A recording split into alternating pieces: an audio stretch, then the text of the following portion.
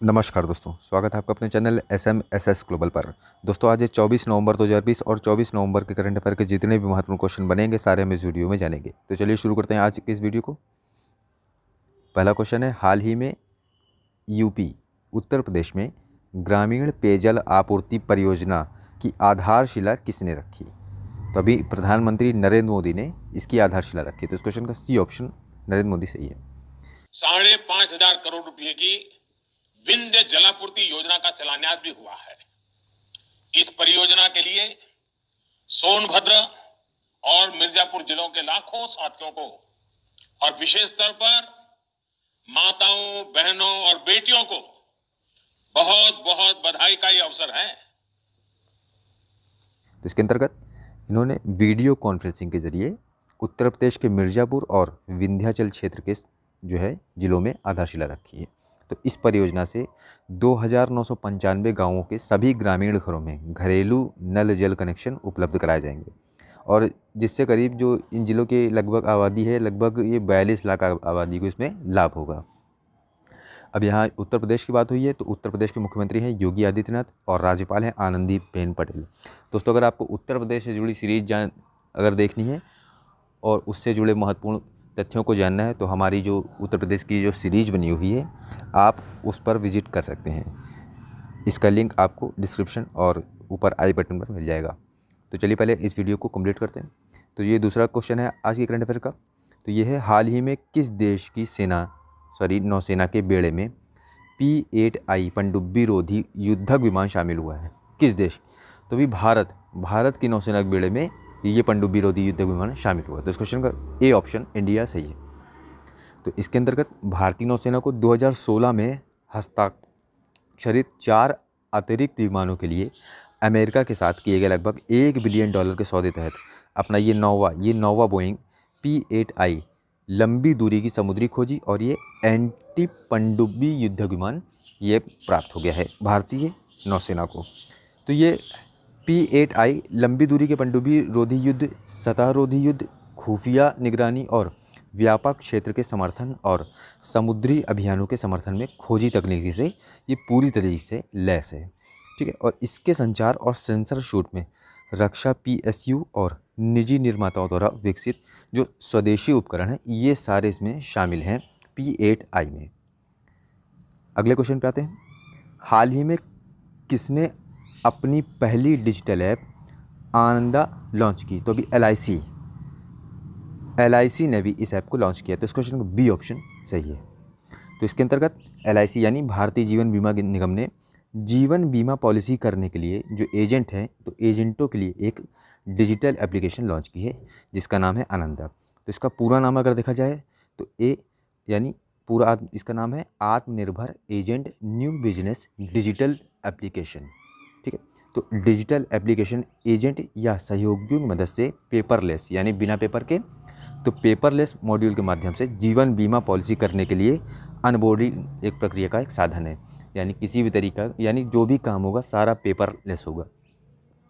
अब बात LIC की हुई है तो इसका जो मुख्यालय है यह है मुंबई महाराष्ट्र में। इसके अध्यक्ष हैं MR कुमार। इसकी जो स्थापना हुई थी 1 सितंबर 1956 को।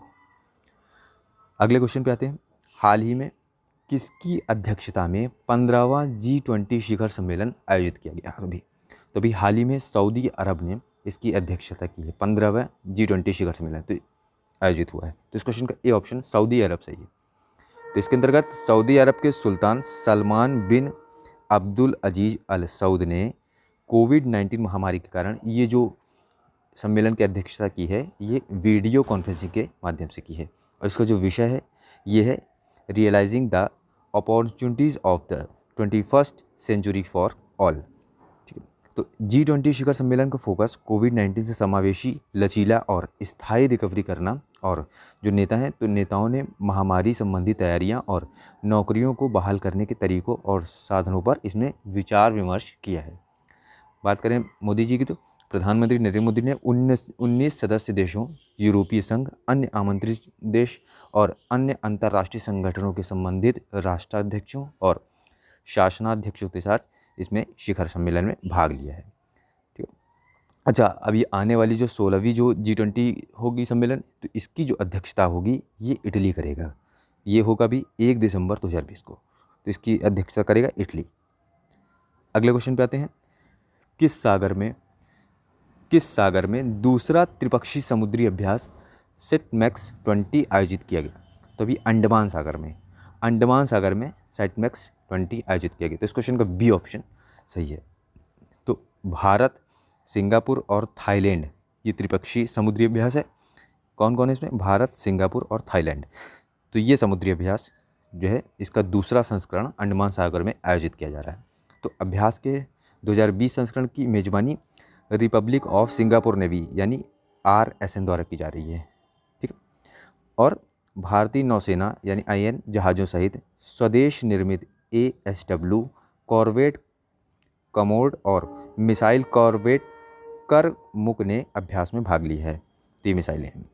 अच्छा, सेटमैक्स श्रृंखला अभ्यास भारतीय नौसेना, RSN और रॉयल थाई नेवी जो थाईलैंड की है, रॉयल थाई नेवी RTN के बीच आपसी अंतर संचालन को बढ़ाने के साथ साथ आपसी विश्वास को मजबूत बनाने के लिए किया जा रहा है।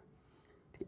यानी जो भी सेना है आपसी तालमेल को अच्छी तरीके से बैठा सके, जो समुद्री सुरक्षा को बढ़ाने के लिए सामान्य समझ और प्रक्रियाओं को विकसित करता है।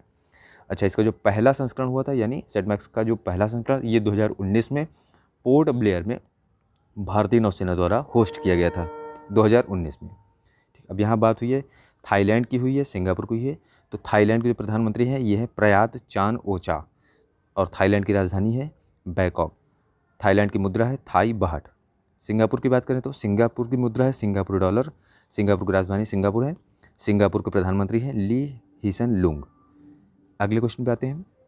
हाल ही में world wide cost of living यानी WCOL इंडेक्स 2020 की सूची में हांगकांग और ज्यूरिक के साथ कौन शहर शीर्ष पर है? तो अभी पेरिस, हांगकांग, ज्यूरिक और साथ में पेरिस ये शीर्ष पर हैं किसमें? WCOL इंडेक्स 2020 की सूची में। तो इस क्वेश्चन का सी ऑप्शन सही है।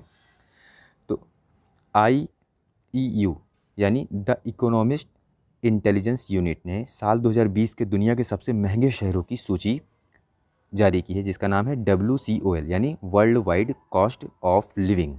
ठीक है।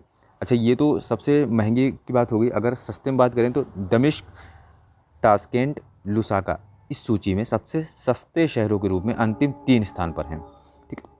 अच्छा, इस रिपोर्ट को 138 वस्तुओं की कीमत को ध्यान में रखकर तैयार किया गया है जो प्रतिदिन उपयोग की जाती हैं और कोरोना के कारण देश की मुद्रा के गिरने या बढ़ते मूल्य के अनुसार शहरों को रैंक किया गया है। अब ये जो जारी करता है यानी IEU यानी द इकोनॉमिस्ट इंटेलिजेंस यूनिट, तो ये इसका मुख्यालय कहाँ है? इसका मुख्यालय है यूनाइटेड किंगडम में और इसकी स्थापना हुई थी 1946 को। ठीक। तो दोस्तों ये थे आज के करंट अफेयर के महत्वपूर्ण क्वेश्चन। और अब बात करेंगे पिछले वीडियो के प्रश्न की। तो पिछले वीडियो में प्रश्न किया गया था हाल ही में विजयनगर किस राज्य का 31वां जिला घोषित होगा? तो इसका सही आंसर है कर्नाटक। बात करें क्वेश्चन ऑफ द डे की, तो आज का क्वेश्चन है हाल ही में किस शहर के पुलिस स्टेशन को ISO सर्टिफिकेशन प्राप्त हुआ है?